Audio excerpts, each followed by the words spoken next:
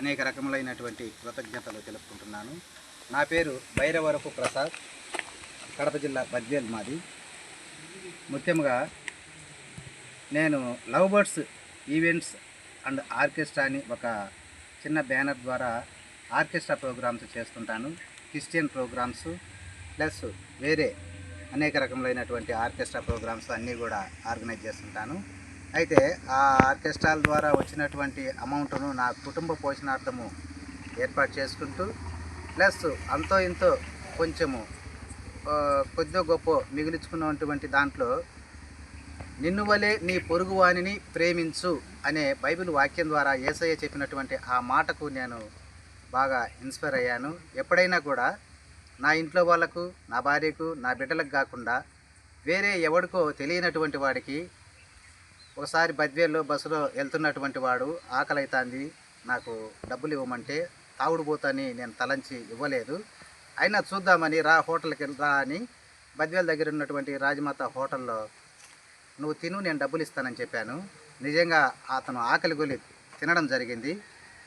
ఆయన తినిన తర్వాత డబ్బులు కట్టి వస్తా అంటే నేను చాలా ఆనందాన్ని అనుభవించిన. ఎందుకంటే నిన్ను వలే నీ పొరుగువానిని ప్రేమించమనేది అది ఎంత గొప్ప మాటో నేను ఆ అనుభూతిని పొందుకున్నా.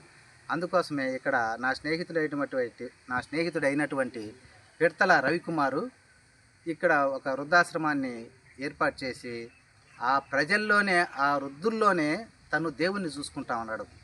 తన తల్లిదండ్రులను ఏ విధంగా అయితే చూసుకుంటా ఉన్నాడో తన తల్లిదండ్రులను కూడా ఆ విధంగా చూసుకున్నాడో లేదో నాకైతే తెలియదు, కానీ ఇక్కడ వాళ్ళను అంత ప్రేమగా గొప్పగా చూసుకుంటా ఉన్నాడు వాళ్ళను.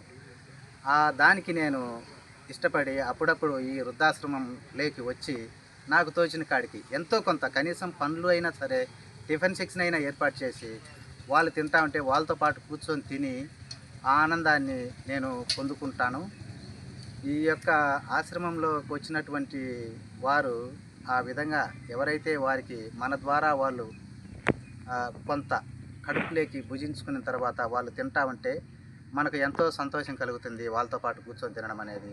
తను రవి కూడా వాళ్ళతో పాటు కూర్చొని మేమందరం కూడా కలిసి కూర్చొని వాళ్ళు తింటా ఉంటే మేము కూడా తిని వాళ్ళతో పాటు ఆనందపడతాము. అదే నిన్ను వలే నీ పొరుగువానిని ప్రేమించనే మాట ఇది చేస్తే నిజం కదా అని నాకు అనిపిస్తూ ఉంటుంది.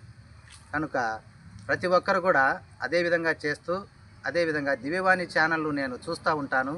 మా ఇంట్లో టీవీ ఛానల్లో స్వరసాగర్ అని వస్తుంది. అయితే ఎప్పుడు ఈ భక్తికి సంబంధించినటువంటి కార్యక్రమాలు చూపిస్తూ ఉంటారు, కొన్ని సోషల్ యాక్టివిటీస్ మీద చూపిస్తూ ఉంటారు. అయితే ఈ విధంగా ఈ ఆశ్రయాల డెవలప్మెంట్ కోసము, సోషల్ యాక్టివిటీస్ కోసము వాళ్ళు ఈ విధంగా పాటుపడి దివ్యవాణి ఛానల్ వారు ఇక్కడికి వచ్చి ఆశ్రయాల మీద వారు ఫోకస్ చేయడం అనేది చాలా గొప్ప విషయము. ఇటువంటి విషయాలను ఇంకా బాగా ఫోకస్ చేసి బాగా దాన్ని ప్రచారం చేసి ఇంకా ఎవరైనా ముందుకొచ్చి ఇటువంటి ఆశ్రయాలను ఆదుకుంటారని మేము ఎంతో కృతజ్ఞతలు తెలుపుకుంటున్నాము. ఓకే.